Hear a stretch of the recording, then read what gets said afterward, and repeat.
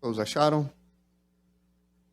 Livro do Gênesis, capítulo 1, verso 1, diz assim a palavra do nosso Deus. No princípio, criou Deus os céus e a terra.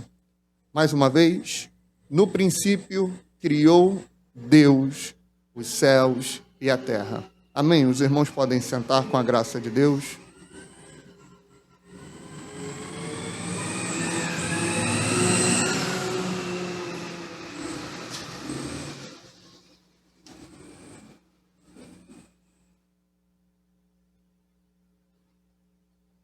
Amados, quando nós trabalhamos os atributos de Deus, nós trabalhamos com uma finalidade. A Bíblia vai dizer que o meu povo é destruído porque lhe falta o conhecimento, lhe falta a verdade da parte de Deus. E esse conhecimento, ele não é um conhecimento acadêmico, de faculdade, seminário. É um conhecimento da pessoa de Deus. Esse texto que a gente cita sempre, de Oséias 4:6, diz que o meu povo foi destruído porque lhe faltou o conhecimento. Mas porque tu rejeitaste o conhecimento, assim eu também te rejeitarei. Mais à frente ele vai dizer: conheçamos e prossigamos em conhecê-lo.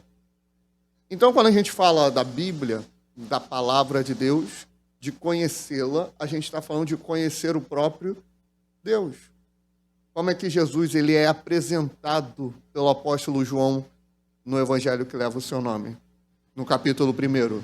No princípio era o verbo. O verbo é a palavra. Dependendo da tua versão, vai estar escrito palavra. No princípio era o verbo, e o verbo estava com Deus, e o verbo também era Deus. Então, quando falamos de conhecê-lo, nós estamos falando de conhecer a Bíblia.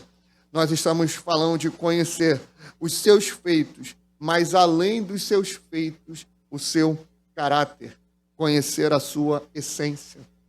Por que isso? Porque lá em Jó, ele, em seus debates ali com seus amigos, um deles vai falar: olha, quando conhecemos a Deus, isso nos faz bem, isso é louvável, isso traz essa bondade que a gente cantou aqui. Isso faz toda a diferença na forma como enxergamos a vida, como enxergamos a espiritualidade e como enxergamos a salvação. Em todos esses aspectos, quando tiramos Deus do cenário, nós vamos olhar para as nossas próprias forças. Por isso que Jeremias vai falar: não se glorie o sábio na sua sabedoria, não se glorie o forte na sua força, nem o rico na sua riqueza. Porque todas essas coisas são passageiras. A riqueza, a depender da crise, ela pode acabar. A sabedoria, a depender da sanidade, ela pode se esvair. E a força, o tempo vai acabar com ela. Agora, a palavra de Deus permanece para sempre. Ela é eterna. E os próximos 3 conceitos, atributos, chame como quiser, de Deus que nós vamos falar, vai trabalhar esse lado eterno de Deus. Hoje, a gente vai falar sobre um que é bem curioso: a solidão de Deus. Como pode ele ser só, estar em solidão, ou em algum momento ele esteve, sendo que ele é 3? A gente falou nas últimas 2 oportunidades. Ele é o Pai, é o Filho e é o Espírito Santo. Primeiro, nós temos que compreender que ele não conhece limite. Deus, ele é ilimitado. Quando a gente fala isso, não é igual a gente fala de uma criança: você tem que pôr limite no teu filho. Não é nesse sentido de simplesmente não fazer o que é certo. É claro que tudo que ele faz é certo. Mas quando eu digo que ele não conhece limite, é uma forma, talvez até metafórica, de dizer que ele não tem limite em sua autoridade, em seu poder. O tempo não para. Quando a gente for falar sobre a eternidade, a gente vai ver isso. O tempo é uma criação. Você tem noção disso? O tempo, ele não sempre existiu. Tanto que Isaías vai falar, ainda antes que houvesse dia, eu sou. Antes de criar tudo, ele criou o tempo. E dentro do tempo, ele criou aquilo que a gente enxerga como a humanidade, como a Terra. Isso só mostra o seu poder de forma ilimitada, a sua autoridade, a sua grandeza sem limites. E ele, por ser sem limites, ele não está condicionado a fazer coisas por conta de circunstâncias. Ele não está condicionado a tomar uma ação porque ele está mais chateado, ele está mais feliz. Ele não é a gente. Tem aquela história quando... Eu fazia muito isso, né?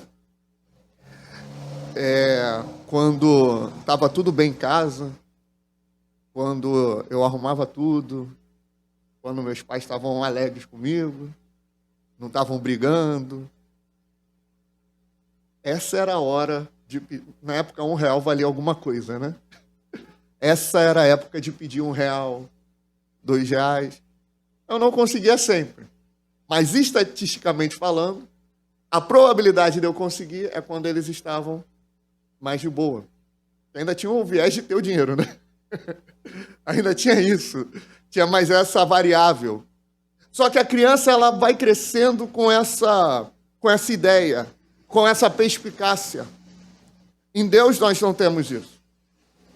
Em Deus nós vamos ser e somos abençoados apesar dos erros e dos pecados que nós cometemos. Por isso, nós olhamos para ele e vemos um ser ilimitado, vemos um ser que é completamente autossuficiente e autoexistente. Ou seja, nós olhamos para ele e vemos que ele é completo. Deus é completo. Ele não criou a humanidade, ele não formou Israel, ele não estabeleceu a igreja simplesmente porque ele estava meio solitário, sozinho. O solitário, na nossa concepção, é uma pessoa triste. Quando estava solteiro, né? Ranzinza, o que o pessoal falava? Uma mulher, viu? Uma namorada, e não sei o quê. Aí eu arrumei e fiquei mais ranzinza ainda, né? Brincadeira, irmãos. Mas a gente tem a mania de falar isso. Quando tem aquele filho, né, que é mais quieto, na dele, isolado, os pais querem colocar num clube, quer colocar num futebol, quer fazer interagir para que tenha mais amigos. O solitário, na nossa perspectiva, é isso. É alguém que precisa ser completado. É alguém que precisa de companhia. Deus, ele não precisa de companhia. Deus, ele está além da nossa compreensão humana. 1 Coríntios 8, verso 2 diz, e se alguém cuida saber alguma coisa, ainda não sabe como convém saber. 1 Coríntios 13, 9 e 10, porque em parte conhecemos e em parte profetizamos, mas quando vier o que é perfeito, então o que é em parte será aniquilado. São assuntos que quando nós nos deparamos com ele, a nossa mente ela vai entrando em uma certa combustão. Porque o nosso conhecimento sobre ele nunca vai ser pleno, mas hoje a gente vai tentar desvendar e entender e ver como isso se aplica na nossa vida diária. A solidão de Deus. O texto que nós lemos diz, no princípio criou Deus o céu e a terra. Essa é uma linguagem para estabelecer que tudo o que existe foi criado. E quando falarmos de eternidade, a gente vai pontuar bastante sobre isso. Por exemplo, irmãos, se eu tenho ali 1000 anos, e dos 1000 anos eu tiro 100 anos, quanto sobra? 900, né? certo? Sobram 900 anos. Mas se eu tenho a eternidade, e da eternidade eu tiro 100 anos, quanto me sobra? A eternidade. A eternidade, ela não conhece o começo e não conhece o fim. Deus, ele sempre existiu. Então, antes dele criar tudo que ele criou, ele estava só. Antes da criação, ele já era o que a gente conhece. Antes de estabelecer tudo, ele já era. Jó 35, 7 e 8. Se fores justo, que lhe darás, ou que receberá ele da tua mão. A tua impiedade faria mal a outro, tal como tu, e a tua justiça aproveitaria ao filho do homem. Não existe nada que é feito que vá completá-lo. Porque a forma como nós já o conhecemos, ele já era antes de criar tudo. Por isso, quando Salomão está criando lá o templo, ele faz uma oração que é interessante. 1 Reis 8, 27. Mas, na verdade, habitaria Deus na terra, eis que, presta atenção, os céus dos céus não te poderiam conter, quanto menos esta casa que eu tenho edificado. Salomão, ele olha para aquilo que ele fez. Primeiro ele olha para a terra. Habitaria Deus na terra. Ele se reduziria para fazer parte da sua própria criação, submetendo-se à sua própria criação? Não. Porque a terra não pode conter tamanha glória. A terra não pode conter, porque ele está acima da sua própria criação. Se aqui ele não é contido, no céu ele também não é. E nem além do céu, nem no universo, ele habita. Quanto mais essa casa que temos feito para ele. Essa casa que tem toda uma glória, que tem toda uma estrutura, ela não pode conter a grandeza dele. Ela não pode suportar a glória do que ele é. Não pode. Por quê, irmãos? Porque Deus, ele não habita. Deus é habitação. Nós estamos escondidos nele. Nós estamos nele. A W. Pink vai falar: não existia o céu, onde agora se manifesta particularmente a sua glória. Não existia a terra que lhe ocupasse a atenção. Não existiam os anjos que lhe entoassem louvores, nem o universo para ser sustentado pela palavra do seu poder. Não havia nada nem ninguém senão Deus, e isso não durante um dia, um ano ou uma época, mas desde sempre. Durante uma eternidade passada, Deus esteve só, completo, suficiente, satisfeito em si mesmo, de nada necessitando. Nada. Por isso, as orações mais corretas devem ser: Senhor, nós te louvamos desde a eternidade, porque tu és um Deus desde a eternidade. Porque a gente chegou na existência, irmão, no plano de Deus, e pegou o bonde andando. A gente é muito soberbo. Quando eu digo a gente, eu falo o ser humano. O ser humano, ele olha para Deus e quer defini-lo como ele é. Quer pegar Deus e colocá-lo numa caixinha e falar: ele age assim, ele faz assado.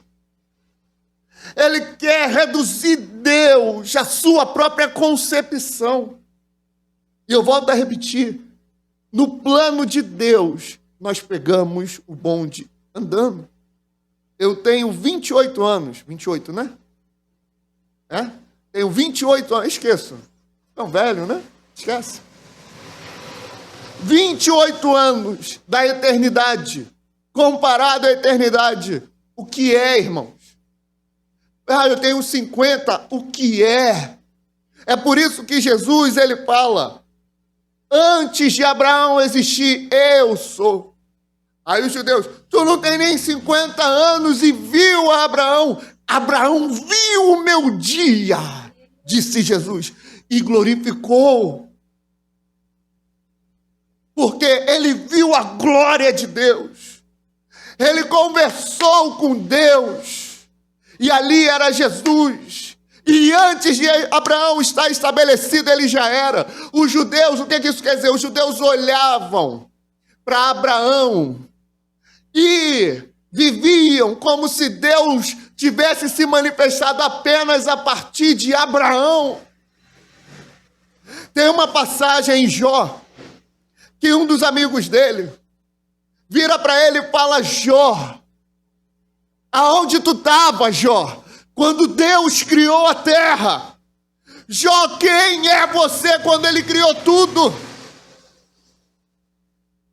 O que você era? Tentando questioná-lo. O que você era, Jó? Tentando compreender os seus caminhos quando ele já estava criando céus e terra, água, peixe, girafa, leão. O que você era? Só que para a igreja eu falo diferente. Onde nós estávamos quando Deus falava isso para Jó? Irmãos, Deus, ele é suficiente. Ele é autoexistente.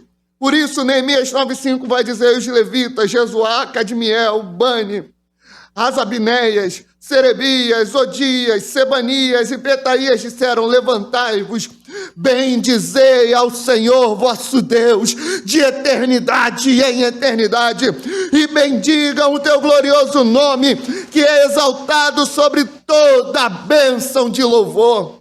A gente está falando de um Neemias que viu tudo destruído. A gente está falando de um povo que viu tudo acabado. Mas eles creram e houve uma restauração. E diante dessa restauração, eles não falavam, bendito o Senhor que apenas nos restaurou. Bendito o Senhor que foi com Davi. Não. Bendito o Senhor que chamou Abraão. Não. Bendito o Senhor que é de eternidade a eternidade. A grandeza de Deus está fora da compreensão humana. Ele é autossuficiente, ele é autoexistente em si. Porque desde a eternidade ele é o que a gente sabe que ele é. Ele é além do que nós conhecemos. Ele detinha todo o poder. Ele detinha já toda essa glória. E porque ele cria a igreja, por que ele faz o que faz? Simples. É uma resposta muito simples. Efésios, no capítulo 1, no verso 5, Paulo vai falar. E nos predestinou para filhos de adoção, por Jesus Cristo, para si mesmo, segundo o beneplácito da sua vontade. Por que ele criou a igreja? Porque ele predestinou a igreja? Porque ele elegeu os seus filhos por adoção? Por quê? Porque Jesus ele veio à terra. Qual o motivo? A sua boa vontade. Ele quis assim. Ele desejou assim. Ele não tinha nenhuma obrigação. Ele não foi coagido, irmão. Se a gente deixar de pagar a conta de luz aqui da igreja, o que é que vai acontecer? Vamos ficar sem energia. Então nós somos obrigados a pagar. A gente não paga, feliz da vida, uhul, estamos pagando pela energia, estamos pagando pela água. Não, por uma necessidade. Deus, ele não foi coagido. Ele não tinha uma arma em sua cabeça, faça a humanidade. Forme a igreja, não. Efésios 1:11, nele digo, em quem também fomos feitos herança, havendo sido predestinados conforme o propósito daquele que faz todas as coisas segundo o conselho da sua vontade. Ele, O Pai, o Filho e o Espírito Santo, eles quiseram criar a igreja. Aprove a Ele nos trazer aqui, irmãos. Foi conforme a sua vontade, não foi conforme a nossa. Por isso a nossa obediência não acrescenta em nada a Ele. A nossa obediência não é por causa da glória, para Ele ser mais glorificado, para Ele ser mais soberano, para Ele ganhar mais poder. Não é. Nós obedecemos em gratidão àquilo que Ele fez por nós. A nossa obediência ela é inútil. Lucas 17:10. Assim também vós, quando fizerdes tudo o que vos for mandado, dizei, somos servos inúteis, porque fizemos somente o que devíamos fazer. Nós temos uma necessidade de obedecer, seguir os mandamentos, andar em santidade. Nós temos essa coação na nossa existência, nós somos predestinados a isso. Nós fomos criados para buscá-lo. Lembra de Paulo, lá no Areópago?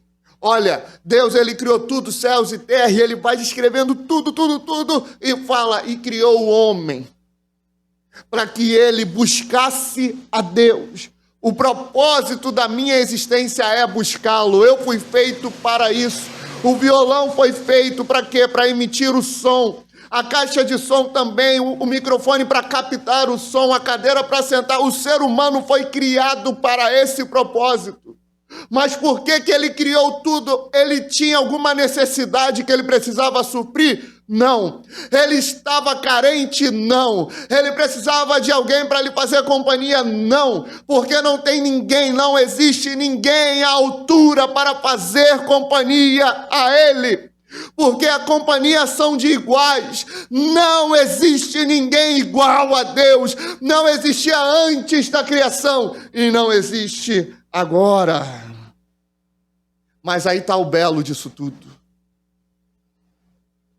Não só ele esteve sozinho. Ele esteve sozinho, irmão Everaldo. Mas ele não esteve carente. Ele esteve sozinho, mas ele não precisava ser completo. Mas em sua misteriosa criação, ele faz o homem. E ele sabia que haveria a queda do homem. E ele olhando para a queda do homem, antes do homem cair, ele já tinha preparado a salvação para o homem. Ele já tinha desenhado tudo como deveria ser. E quem recebe essa revelação não é Abraão, não é Adão, não é Isaac, não é Jacó, não é Noé, não é Moisés. Essa revelação está lá no último livro da Bíblia, para nos mostrar que ele não foi pego de surpresa. Ai, nossa, Adão caiu. Deus falando, meu Deus, o que é que eu vou fazer? Isso não aconteceu, porque o Cordeiro de Deus já tinha sido morto desde antes da fundação do mundo. Ele já cuidava de nós. Que embora a solidão dele não fosse uma solidão de carência, mas porque não tinha nenhum igual, a solidão da humanidade, mesmo sendo muitos, ela era desesperadora. Ia ser uma solidão eterna no inferno, mas ele envia um escape. Ele envia uma salvação. Ele envia, mesmo ele não tendo nenhum benefício nisso. Mesmo ele não ganhando com isso, e a gente tem muito disso, né?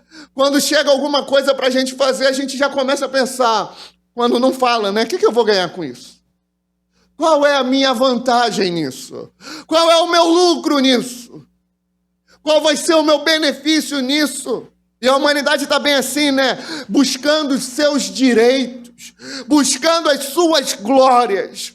Jesus, ele olhou para a humanidade e falou, Pai, eu vou lá, não vai me acrescentar em nada, não vai me dar mais poder em nada, mas eu vou lá, eu vou deixar minha glória aqui e vou me fazer igual a eles, que na solidão que eles podem passar, eu vou livrar, eu vou salvar. Ele poderia ter ficado quieto, mas ele criou tudo.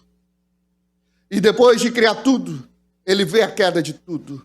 Vê a terra sendo maldita por causa do pecado de Adão. Mas ele fala, eu vou salvá-los, porque eu já antevi isso, eu já cuidei disso. O cuidado que ele tem com a gente, irmão, é tremendo. Houve um momento em que ele esteve sozinho, e quando esteve sozinho, ele já era o mesmo ontem, hoje e será para sempre. Nós não dividimos a Deus. Ele é o que ele é, desde sempre. Ele não é amor ou justiça, ele é amor e justiça. Ele é amor e fogo consumidor. Ele é santo e misericordioso. E sempre foi. E continuará sendo. Assim diz o Senhor, não se glorie o sábio na sua sabedoria, nem se glorie o forte na sua força. Não se glorie o rico nas suas riquezas. Mas o que se gloriar, glorie-se nisto, em me entender, em me conhecer. Eu sou o Senhor, que faço beneficência, juízo e justiça na terra, porque destas coisas me agrado, diz o Senhor. Faber vai escrever uma espécie de oração. E ele fala assim, além do tempo, além do espaço, único, solitário, mas sublimamente três, tu és grandioso sempre, único Deus em unidade, único em grandeza, solitário em glória, quem contará tua maravilhosa história? Terrível Trindade. Deus, ele é muito grande, irmãos. Olhar para um momento, e isso é desafiador, estamos pregando sobre Deus antes da manifestação dele para a gente. Isso é glorioso porque, quando olhamos para isso, enxergamos a sua autossuficiência. Isso deve nos encher de fé. Isso deve nos encher de convicção para tudo o que estamos fazendo e vivendo em nossas vidas. Porque se ele, sendo grande desse jeito, criou todas as coisas, como não cuidará de nós? Eu me lembro de Romanos 8. Se Deus é por nós, de novo, se Deus é por nós, quem será contra nós? Se Deus, que nem ao seu próprio filho poupou, como não nos dará juntamente com ele todas as coisas? Aí no verso 37, mas em todas estas coisas somos mais do que vencedores. O Deus que a gente serve é absoluto em si mesmo, desde antes da criação, durante a criação, e continuará sendo o que ele sempre foi após a criação. A solidão dele não é uma solidão no sentido carente. É uma solidão porque não existe ninguém igual a ele. Para ele, hoje, com a existência humana, é a mesma coisa quando não tinha existência. Porque ele continua grande. Ele continua poderoso. E ele continuará. Eu sei que você tem dilemas. Eu também tenho. Eu sei que você tem lutas. Eu também tenho. Mas o Deus que a gente serve é esse. Por isso, louvemos a ele de eternidade em eternidade. Amém, irmãos?